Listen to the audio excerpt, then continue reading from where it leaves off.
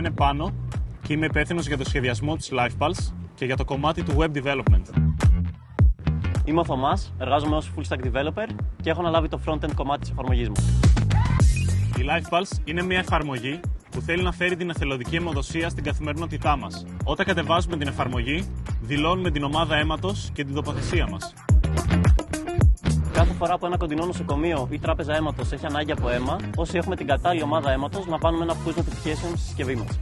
Πιστεύουμε ότι η ευαισθητοποίηση των πολιτών για να αιμοδοτούν μπορεί να γίνει με διαδραστικές μεθόδους και γι' αυτό επενδύουμε πολύ στο gamification. Μέσα από το Social Innovation Lab πήραμε πολύ σημαντικές γνώσεις σε θέματα business, marketing και εμπειρίας χρηστών. Τα εβδομαδιαία workshops και οι συναντήσεις με τους μέντορες είναι καταλυτικά για την επέκταση και την υλοποίηση της εφαρμογής μας. Οι προτάσεις τους μας έχουν δώσει ιδέες για νέα features της εφαρμογής μας και τα σχόλιά τους μας βοηθούν να εξετάσουμε και την τελευταία λεπτομέρεια.